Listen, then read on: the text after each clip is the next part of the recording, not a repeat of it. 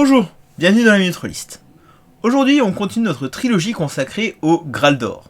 On va parler de la catégorie internationale. Alors, prenez votre cartouche de NES, ou de Super NES, votre vinyle, ou votre compact disque, et votre vélo, ou votre VTT. On parle de Things from the Flood, et accessoirement de son petit frère, Tales from the Loop. C'est la Minute Rollist. Avant toute chose, petite explication. Pourquoi parler de deux jeux de rôle aujourd'hui? Pour une raison assez simple. Things from the Flood est la suite de Tales from the Loop. Ce sont deux jeux qui se suivent. Sauf que parler de Things from the Flood sans parler au préalable de Tales from the Loop n'est pas impossible, mais un petit peu dommage. Donc, autant faire une vidéo d'abord sur Tales from the Loop. Sauf que j'ai pas eu le temps de faire cette vidéo sur Tales from the Loop. Donc, autant faire une vidéo double. Dans ces jeux, vous allez incarner des enfants, adolescents et jeunes adultes qui habitent en Suède, plus précisément à Stenhamra, une petite ville se trouvant sur une île du lac Malar. Inutile de préciser que j'ai pas fait LV3 suédois, donc je risque d'écorcher pas mal de termes. Désolé. Nous sommes dans un univers uchronique, se passant dans les années 80 pour Tales from the Loop et 90 pour Things from the Flood, dans lequel certaines avancées technologiques ont eu lieu. 3 grosses avancées technologiques.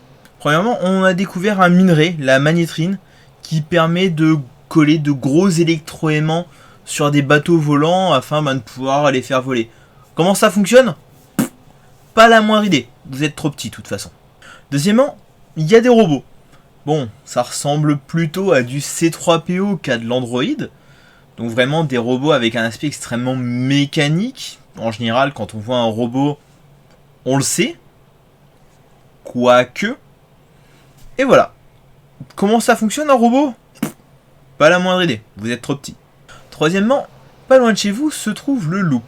Un accélérateur de particules où il y a des scientifiques qui font des expériences. Des expériences sur quoi? Pas la moindre idée. À chaque fois que vous posez la question à un adulte, il vous répondra toujours la même chose. Vous êtes trop petit. Dans Things from the Flood, oubliez tout ce que je vous ai présenté. Les vaisseaux à magnétrine sont arrêtés, les robots remisés et les accélérateurs à particules démantelés. Pour commencer, une substance noire s'est échappée des tunnels du Loop et est remontée à la surface du lac Malar, provoquant ce que l'on appelle le flood, l'inondation. D'où Things from the Flood.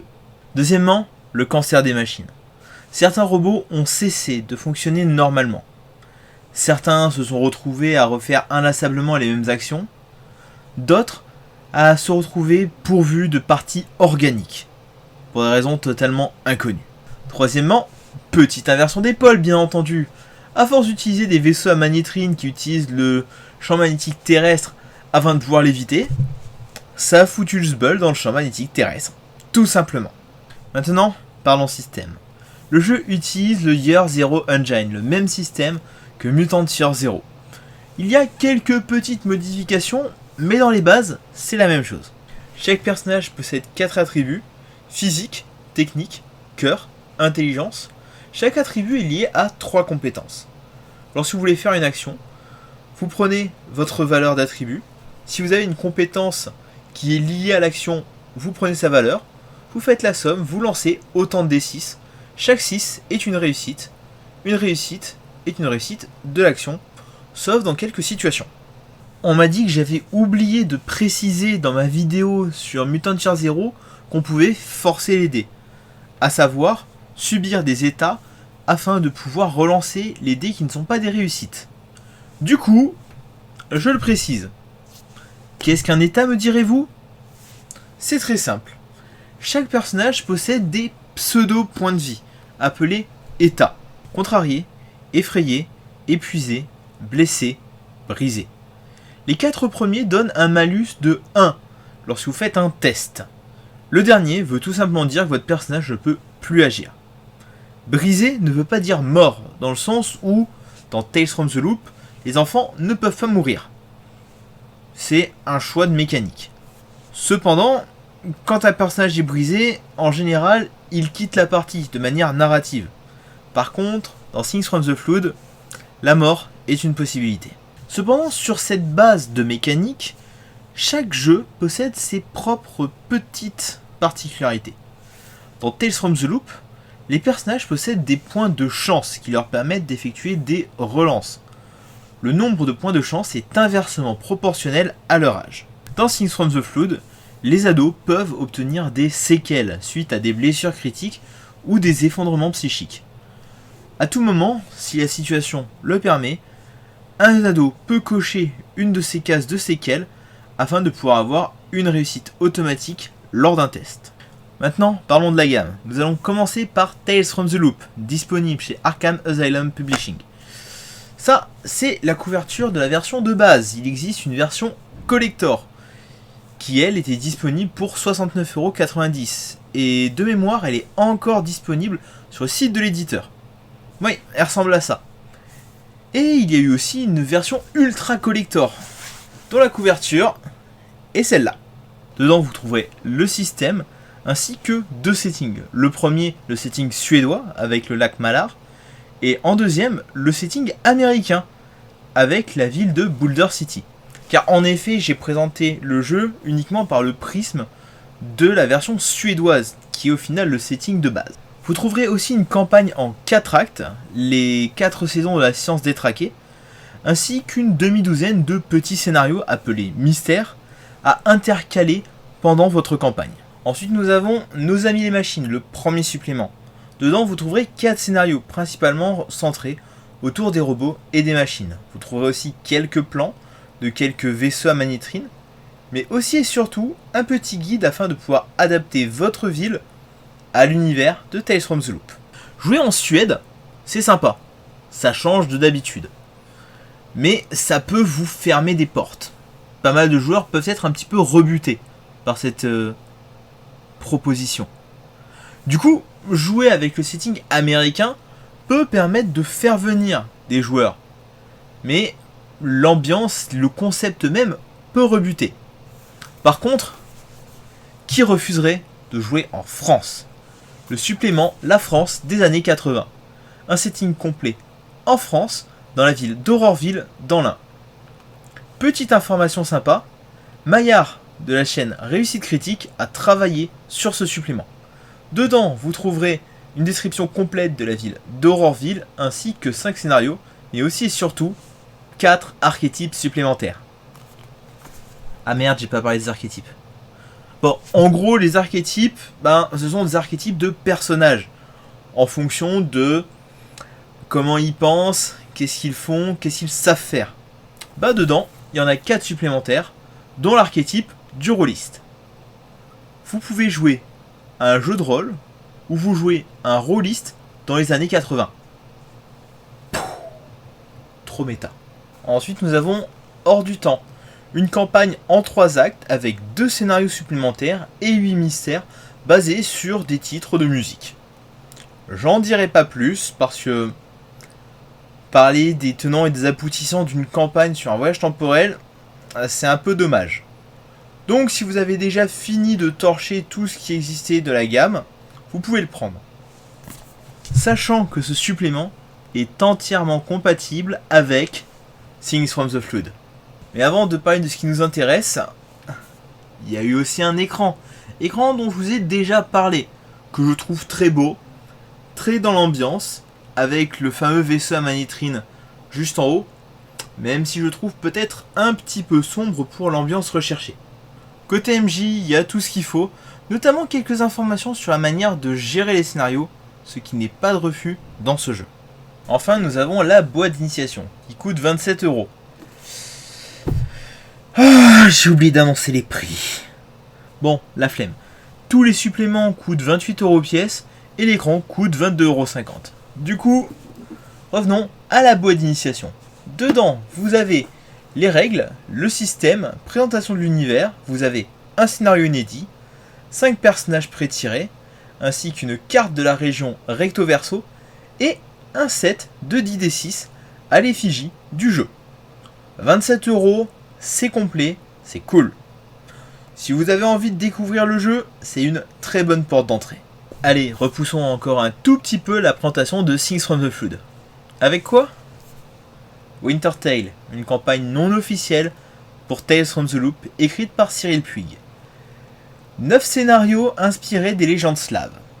Alors, c'est une campagne qui est disponible gratuitement en PDF, moi je me la suis fait imprimer, parce que j'ai de l'argent à acheter. Enfin voilà, en tout cas, elle sera disponible gratuitement dans la description. N'hésitez pas à aller faire un tour. Enfin, nous avons Saclay 1984, c'est un supplément gratuit pour Tales from the Loop, disponible gratuitement, petit lien en description. Dedans, vous avez un setting, la ville de Saclay, en Ile-de-France, des PNG importants, des pré-tirés, quelques scénarios, absolument tout ce qu'il faut afin de découvrir Tales from the Loop. Limite, si vous avez un doute sur le jeu, ça fait un excellent kit d'initiation. Pas aussi bon que la boîte, soyons honnêtes, parce que le PDF de Saclay possède pas mal de défauts. Notamment en termes de colorimétrie. Il y a pas mal de texte qui est parfois écrit dans un bleu-gris très pâle qui le rend quasiment illisible. Ce qui est quand même assez dommage. Mais à part ça, gratuit, c'est dans mes prix. Même si parfois, gratuit, c'est quand même trop cher. Maintenant, parlons enfin de Things from the Flood. Pour commencer, nous avons le livre de base, 39€ aux éditions Arkham Asylum Publishing. Et son grand frère, l'édition collector, à 69€. Bon, ben vous prenez tout ce que j'ai dit dans ma présentation du livre de base de Tales from the Loop. Vous remplacez le nom de la campagne, vous écrivez les prophètes de Pandore. Et bon, ben, c'est la même chose. Ensuite, nous avons le supplément La France des années 90. Ben, vous prenez la France des années 80, vous remplacez la ville d'Auroreville par Caen. Vous remplacez 4 archétypes supplémentaires par 3 archétypes supplémentaires. Pareil, il y a des scénarios, il y a des mystères, et vous avez la France des années 90. Ensuite, nous avons l'écran du meneur, qui est sympa. J'avoue ne pas avoir grand chose à dire sur l'illustration, si ce n'est qu'il convient très bien pour la campagne Wintertale. Téléchargez Wintertale, c'est bien. Concernant l'intérieur, bon c'est presque pareil que dans Tales from the Loop avec quelques petites modifications près. Voilà. Ah, et il y a aussi 2 scénarios supplémentaires qui sont disponibles uniquement au format PDF et uniquement pour les personnes qui ont participé au financement participatif.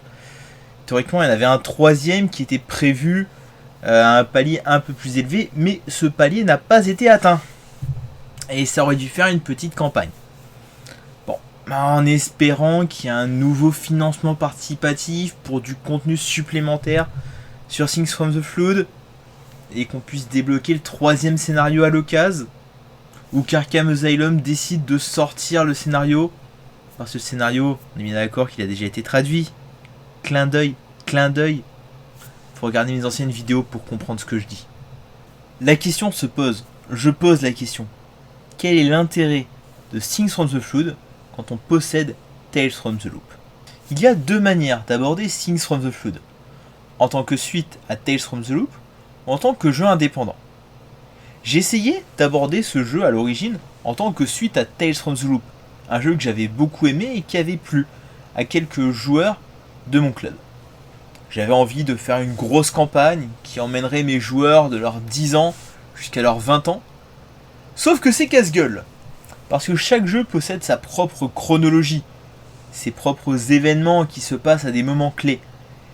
Et insérer les événements de Things from the Flood au sein des scénarios de Tales from the Loop est extrêmement casse-gueule. Donc, je pense que c'est pas la bonne manière d'aborder ce jeu. Et ce jeu a sûrement été abordé en tant que jeu indépendant pour les Graal d'Or. Mais si on prend Things from the Flood en tant que jeu indépendant, ça marche. Concrètement, Things from the Flood est une version évoluée de Tales from the Loop sur plein de points. Une version légèrement remaniée et améliorée du système afin de coller à l'ambiance. On prend le même univers et on le transpose quelques années plus tard. On prend tout ce qu'il y avait d'intéressant dans l'univers de Tales from the Loop et on nous montre un univers où tout ceci a été détruit, où tout ceci a causé des problèmes. On fout une super campagne Et au final, le seul défaut de Things from the Flood, c'est de n'avoir qu'un seul supplément original, à savoir la France des années 90. Heureusement, vu qu'on a eu la France des années 80. Et Hors du Temps est compatible avec les deux sans aucune difficulté. Donc ça compensera l'absence de nos amis les machines. Mais j'espère franchement qu'on aura plus de contenu pour Things from the Flood. Sachant qu'il y a des suppléments pour Tales from the Loop qui sont sortis avec un loop en Italie et un loop en Allemagne. Bon, c'est en italien et en allemand, donc un petit peu difficile pour les personnes qui ne connaissent pas la langue. Mais j'espère que Arkham Asylum pourra nous sortir une version traduite de ces suppléments pour Tales from the Loop. Et peut-être pourquoi pas, s'il y a des suppléments originaux dans d'autres langues, nous sortir ces suppléments pour Things from the Flood. Je pense que c'est une gamme qui mérite d'être développée. J'espère que cette vidéo vous aura plu, vous connaissez le principe. Likez, commentez, partagez et surtout, n'oubliez pas de vous abonner. Sur ce, je vous dis à très bientôt pour une nouvelle Minute Rollist où nous parlerons de la création originale française que j'aimerais voir gagner. Ciao.